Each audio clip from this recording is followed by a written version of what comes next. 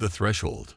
Commander Ilara Voss stood on the bridge of the UES Hyperion, watching as the stars stretched into luminous streams around the viewscreen.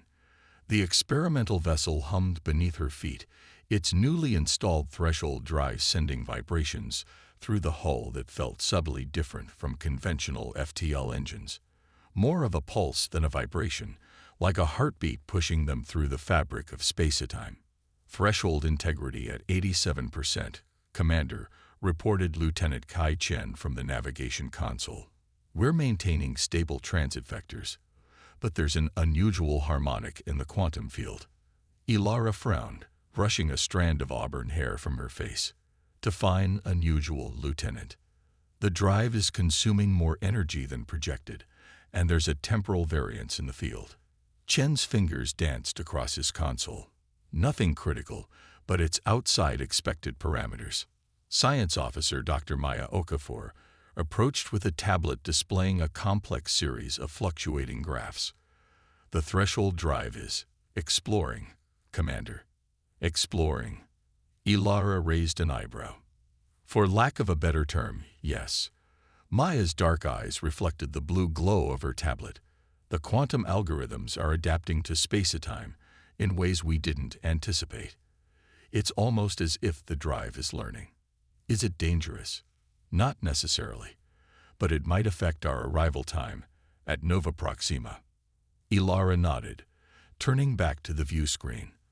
The Hyperion was humanity's most advanced vessel, designed specifically to test the revolutionary threshold drive, a technology that promised to collapse the vast distances between stars by temporarily shifting the ship into an adjacent dimension where conventional physics didn't apply. This was their first real mission, investigating unusual energy signatures from the remote colony of Nova Proxima. At last, Ilara called out, "Analysis." The ship's AI materialized as a holographic projection of swirling blue light that coalesced into a vaguely humanoid shape. The threshold drive is operating beyond design specifications, Commander. We are experiencing a temporal dilation effect. Time is passing differently within our field than in normal space. Can we compensate? I am attempting to do so. However, I should note that the quantum processors are generating novel solutions that weren't in my original programming. In English, Atlas. The ship is improvising, Commander, and doing so quite brilliantly. Before Ilara could respond, alarms blared across the bridge. The streaming stars on the viewscreen convulsed and twisted as the ship shuddered violently. Threshold collapse. Chen shouted over the din. We're being forced back into normal space. Emergency protocols. Ilara ordered, gripping her command chair as the Hyperion bucked beneath her. All hands, braced for transition. The viewscreen flared white, then black, then resolved into a field of normal stars. Floating at the center of the display was a small blue-green world orbiting a yellow star, Nova Proxima. But something was wrong. Status report, Ilara demanded, eyes fixed on the planet. Threshold drive is offline, reported Chief Engineer Rodrigo Torres through the comms. We've got power fluctuations throughout the ship, but hull integrity is stable. Navigation. Chen looked up from his console, face pale. We've reached Nova Proxima, Commander, but he swallowed hard. According to our chronometers, we're 3 weeks later than our scheduled arrival time. A cold weight settled in Ilara's stomach. 3 weeks. Confirm that. Confirmed, Commander, Atlas interjected. The temporal dilation was more severe than anticipated. While only 47 hours passed aboard the Hyperion, 23 days have elapsed in normal space. Open a channel to the colony. Ilara stood, moving closer to the viewscreen. Nova Proxima looked peaceful from orbit, its oceans and continents clearly visible.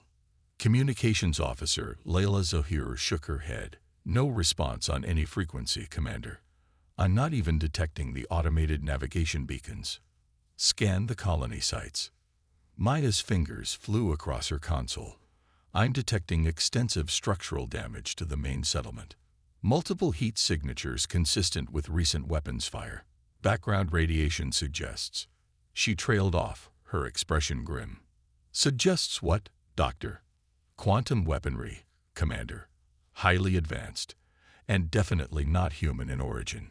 Ilara felt the bridge grow silent as the implications sank in. Are there any life signs? Maya adjusted her scans. Faint readings from several locations, mostly underground. They appear to be using the mining tunnels as shelter. But the colony's main structures are devastated. Prepare a landing party. I want a security team, medical personnel, and engineering support. Ilara turned to her first officer. Commander Trevino, you have the bridge. Keep the Hyperion at high alert. What about the threshold drive? Trevino asked. Have Torres run a full diagnostic. I want to know what happened and whether we can rely on it for our return journey. The devastation was worse on the ground.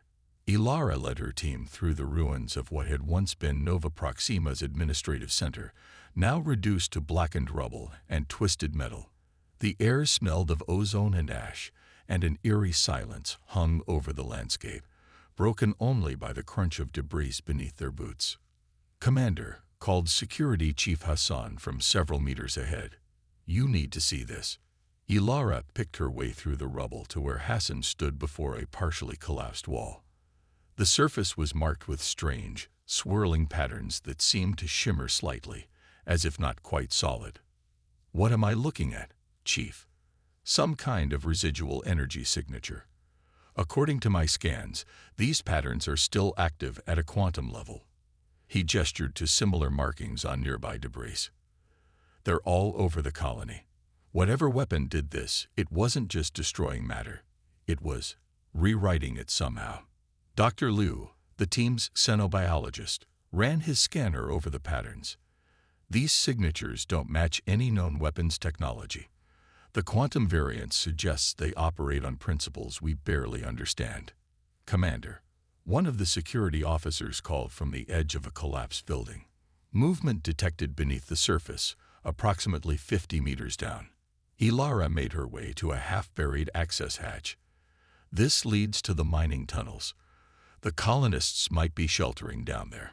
It took 20 minutes for the engineering team to clear the debris and bypass the damaged controls.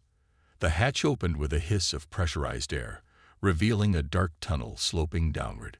Stay alert, Ilara ordered as they descended into the gloom, helmet lights illuminating the rough-hewn walls. They found the survivors 3 levels down, in a reinforced storage area converted into an emergency shelter. Nearly 200 colonists huddled in the cramped space, surrounded by dwindling supplies and makeshift medical equipment. Their faces, gaunt and shadowed, revealed both relief and suspicion as Ilara's team entered. A tall woman with close-cropped gray hair stepped forward.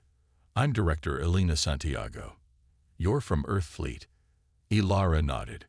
Commander Ilara Voss, UES Hyperion. We picked up your anomalous readings 3 weeks ago. 3 weeks. Santiago's expression hardened. The attack began 20 days ago. We sent distress calls on every frequency. We encountered difficulties during transit. I'm sorry we couldn't arrive sooner. Santiago led them to a makeshift command center at the rear of the shelter. They came without warning. 6 ships, unlike anything we'd ever seen. At first, they just observed us, maintaining high orbit. When we attempted communication, they began their attack. What do they want? Ilara asked. They never said, never responded to any transmission. Santiago pulled up grainy footage on a battered display. But their attack pattern was methodical, deliberate. They weren't just destroying. They were studying our responses, learning from each engagement. The footage showed strange diamond-shaped vessels hovering over the colony, emitting pulses of shimmering energy that seemed to distort everything they touched. Where are they now? They withdrew 2 days ago, after destroying our defensive systems and major infrastructure, but our long-range sensors detected them moving to the far side of the moon. Santiago's voice dropped. We think they're coming back to finish the job. Ilara's communicator chirped, "Commander," came Trevino's voice, tight with urgency. "We're detecting 6 vessels emerging from behind Nova Proxima's moon. Configuration matches Director Santiago's description." "Acknowledged. Begin evacuation procedures for the survivors." Ilara turned to Santiago. "How quickly can your people be ready to move?" "We've been ready since they left, but there are almost 200 of us. Can your ship accommodate that many?" "We'll make it work." Ilara tapped her communicator. "Trevino, prepare for emergency evacuation of approximately 200 civilians, and have Torres meet me in the shuttle bay. I need an update on the threshold drive." The colony evacuation proceeded with grim efficiency. Shuttles ferried survivors to the Hyperion, while Ilara's security team maintained a defensive perimeter around the access point.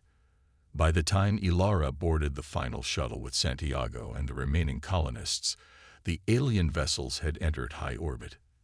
"They're scanning us," reported the shuttle pilot as they ascended through the atmosphere. "But they haven't opened fire. They're curious about the Hyperion," Santiago said quietly. "It's not like the other ships they've encountered." When they docked with the Hyperion, Torres was waiting in the shuttle bay, his expression a mixture of excitement and trepidation. "Commander, you need to see this." He led Ilara to engineering, where the threshold drive hummed with an intensity she hadn't felt before. Its central chamber, normally filled with a stable blue field, now pulsed with waves of purple-white energy that moved in complex, almost organic patterns.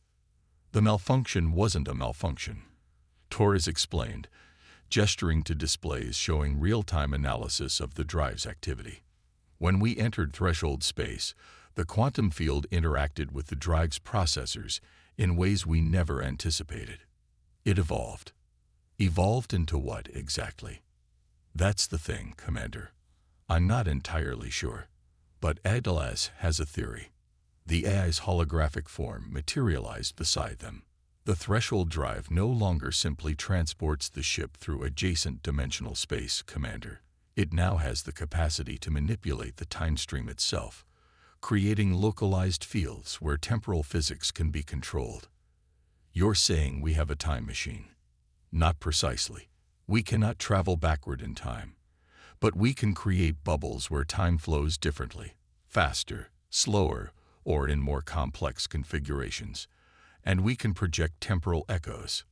"Echoes?" "Actions that have not yet occurred can be made to affect the present. In essence, we can make something happen before it happens." Ilara stared at the pulsing drive, mind racing with implications. "And you believe this could be used as a defensive system?" "Better than that," Torres said, eyes bright with possibility. "It could be a weapon, one that these aliens have never encountered." Before Ilara could respond, the ship's alarms blared. "Commander, to the bridge," came Trevino's voice. "The alien vessels are moving into attack formation." The bridge was a flurry of activity when Ilara arrived. On the view screen, the 6 diamond-shaped vessels arranged themselves in a perfect hexagon around the Hyperion. "They're charging weapons," reported Tactical Officer Park. Energy signatures matched those recorded during the colony attack. "Shields at maximum," Ilara ordered. "Prepare conventional countermeasures." "What's our status, Trevino?" "All survivors are aboard and in secure areas. The Hyperion is at battle stations, but Commander," he hesitated, "our conventional weapons may not be effective against their technology." Ilara nodded, mind made up. "Atlas, is the threshold drive modification stable enough to deploy?" "There is a 78% probability of successful deployment, Commander.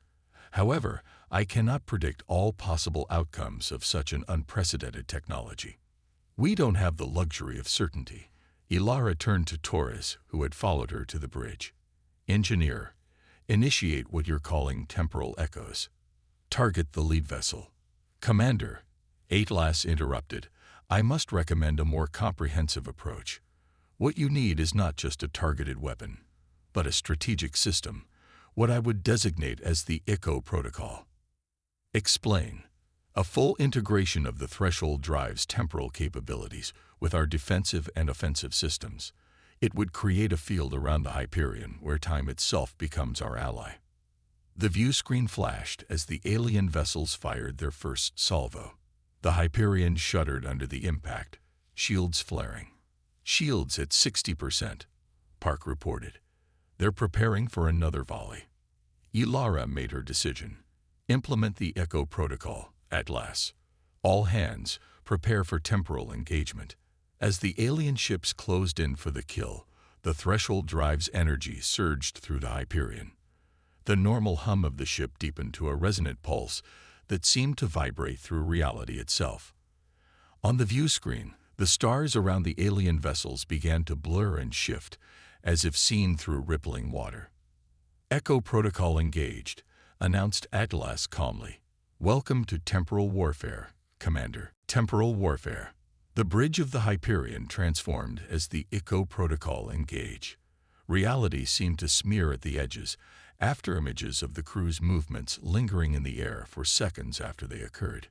The view screen no longer showed a single present moment, but instead displayed overlapping time streams, ghostly echoes of what had happened, what was happening, and what might happen converging into a fluid continuum. Status, Ilara demanded, her voice carrying a strange resonance, as if she'd spoken the word multiple times at once. The temporal field is stabilizing around the ship, Torres reported, his hands moving across his station with practiced precision. We're seeing a 3-second variance. Our present moment is occurring slightly ahead of the space around us. On the view screen, the alien vessel's energy weapons discharge, sending pulses of quantum distortion toward the Hyperion. But as the blasts approach, Atlas adjusted the temporal field. The energy seemed to slow, then disperse into shimmering patterns that faded before reaching the ship's shields. They missed, Chen whispered in disbelief. No, Maya corrected, studying her readings.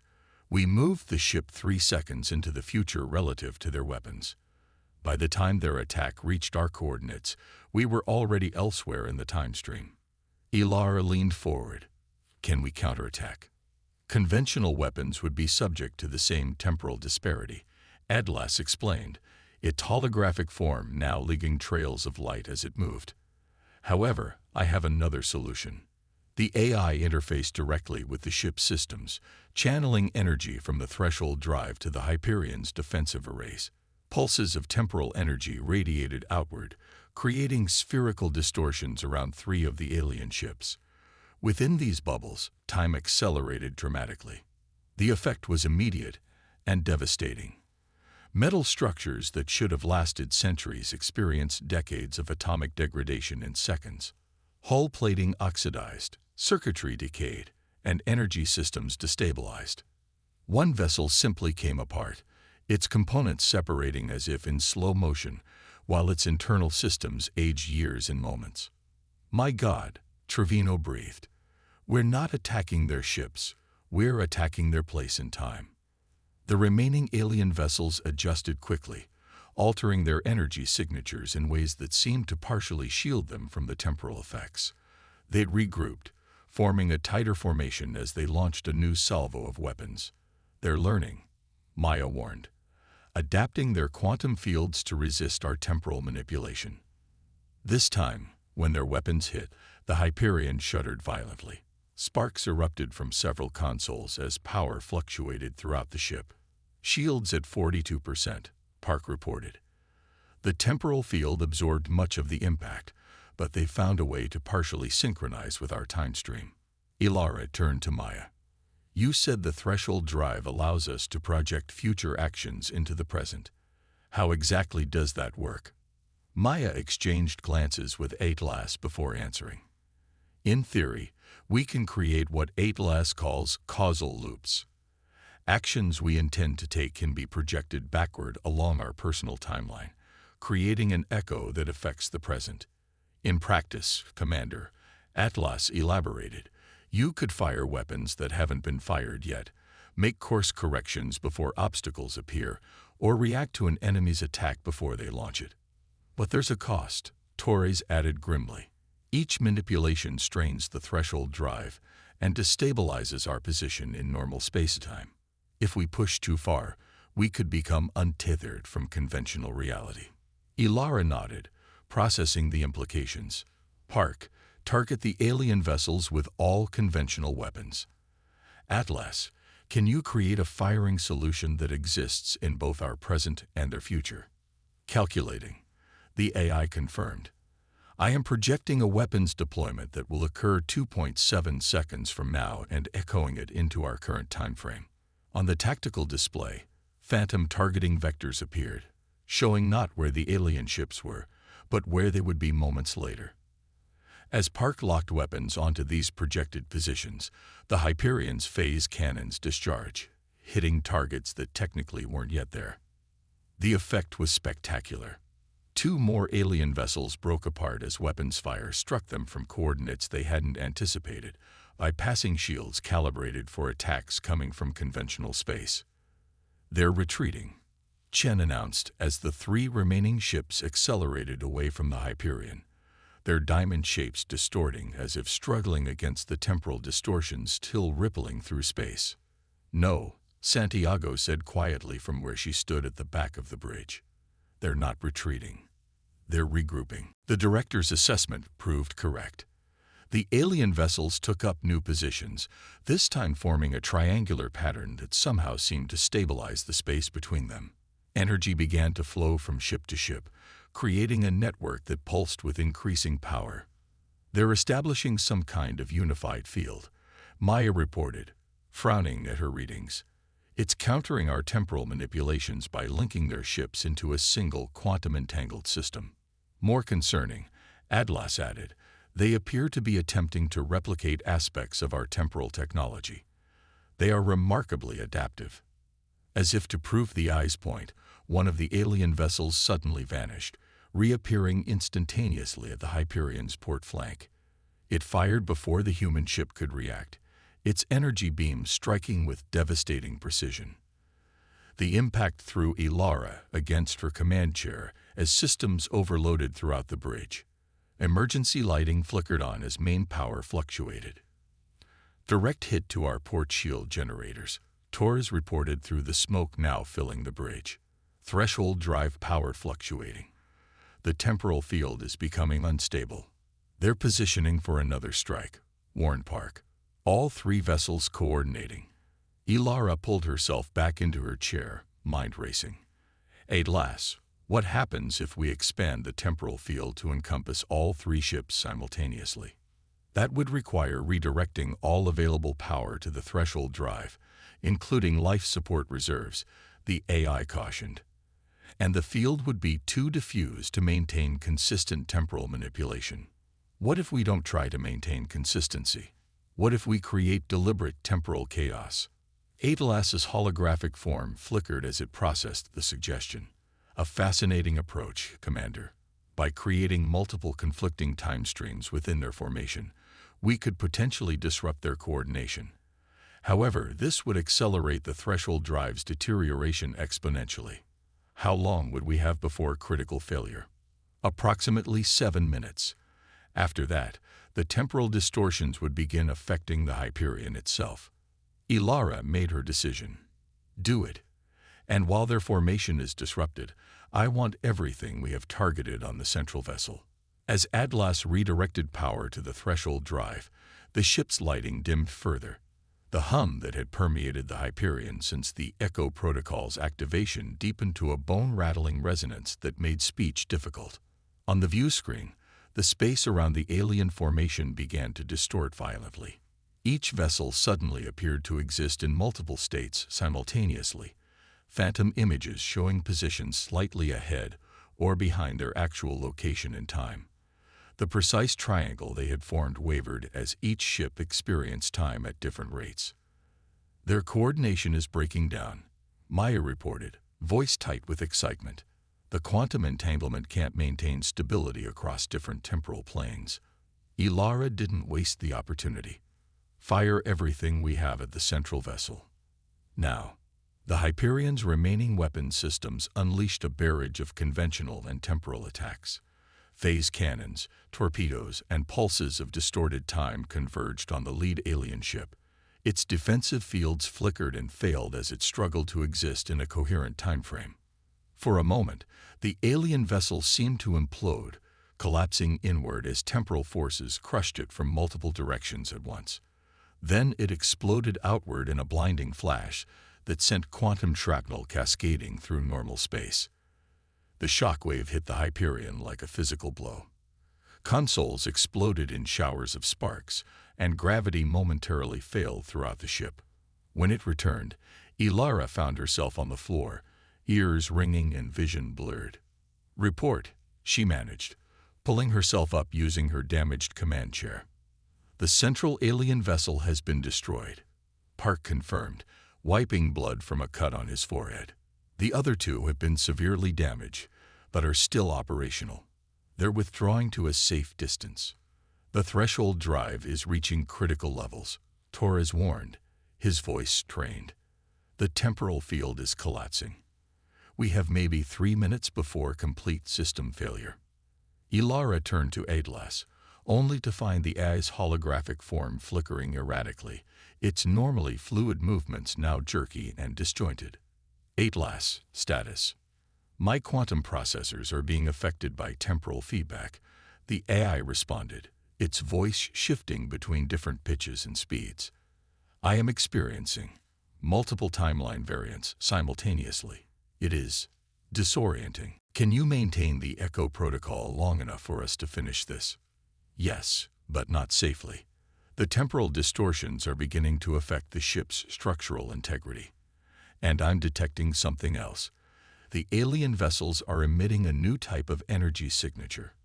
The view screen flickered, then stabilized to show the 2 remaining alien ships. They had stopped retreating and now hung motionless in space, emitting pulses of energy unlike anything they'd used before. "They're not attacking," Maya said, puzzled. "They're transmitting." "It's a communication attempt," Atlas confirmed. "They are trying to match the quantum resonance of our temporal field to establish contact." Ilara straightened her uniform. Decision made. "Open a channel. Let's hear what they have to say." The bridge speakers crackled with static before resolving into a strange, multilayered sound, like multiple voices speaking at once, slightly out of phase with each other. Atlas processed the transmission, converting it to something human ears could comprehend. "Time benders. Unexpected. Protocol violation. Temporal sovereignty. They're having trouble communicating linearly," Atlas explained. "Their species appears to experience time differently than humans do. From what I can interpret, they perceive our temporal manipulations as a profound violation of natural law." "Can you respond?" Ilara asked. "Tell them we activated the echo protocol in self-defense after they attacked our colony." Atlas converted Ilara's message into the aliens' temporal language. The response came quickly, more coherent this time. "Colony temporal nexus. Harvesting chronal energy. No harm intended to linear beings. Defensive response to your presence in time stream." Maya's eyes widened as she processed the implications. "Commander, I think there's been a fundamental misunderstanding. They didn't attack Nova Proxima because it was a human colony. They attacked because our colonization activities were somehow interfering with their perception of time. 2 minutes until threshold drive critical failure," Torres reminded them urgently. Ilara made a swift decision. "Atlas, tell them we're experiencing a technological crisis that could create a catastrophic temporal event. Ask if they can help stabilize our drive." After a tense moment, the alien response came through. "Will assist. Approach. Synchronize." "They're moving toward us," Chen reported nervously. "Hold position," Ilara ordered, "and power down all weapons. If they wanted to destroy us, they could wait for the threshold drive to fail." As the alien vessels approached, they emitted a gentle, pulsing field that encompassed the Hyperion. The violent temporal distortions began to calm, the multiple echoes coalescing into a more stable time frame. "The threshold drive is stabilizing," Torres reported in disbelief. "They're somehow damping the temporal feedback loop without shutting down the drive itself." On the view screen, the alien vessels now flanked the Hyperion, their diamond shapes glowing with internal light that pulsed in perfect synchronization with the ship's threshold drive. They've established a form of temporal harmony, Atlas explained, its holographic form stabilizing as well. Their technology is designed to navigate and manipulate the time stream naturally, without the brute force approach our threshold drive uses. The ship's speakers activated again, the alien communication now much clearer. We understand now. You are temporally linear. Your technology is crude but impressive. We did not recognize you as sentient in our time frame. What were you doing at Nova Proxima? Ilara asked directly. Your colony was established at a temporal confluence, a nexus where multiple time streams intersect. Such locations are essential to our existence. We harvest the natural chronal energy that accumulates there. We perceive your presence as random quantum noise, not as intelligent life operating on a different temporal plane. Ilara exchanged glances with Santiago before responding. We had no idea. From our perspective, you attacked without provocation. And from ours, you were disrupting crucial temporal harmonics without apparent purpose. When you deployed your Echo protocol, we finally recognized you as temporal engineers, albeit primitive ones. Torres looked up from his console. Commander, the threshold drive has fully stabilized. They've somehow recalibrated it to operate safely within normal parameters. We have adjusted your technology to prevent further temporal discord, the alien voice confirmed. Your drive was dangerously unstable, risking a chronal fracture that could have damaged multiple time streams. Ilara stood, addressing both her crew and the alien presence. On behalf of humanity, I apologize for our unintentional interference. We had no understanding of temporal confluence or its importance to your species.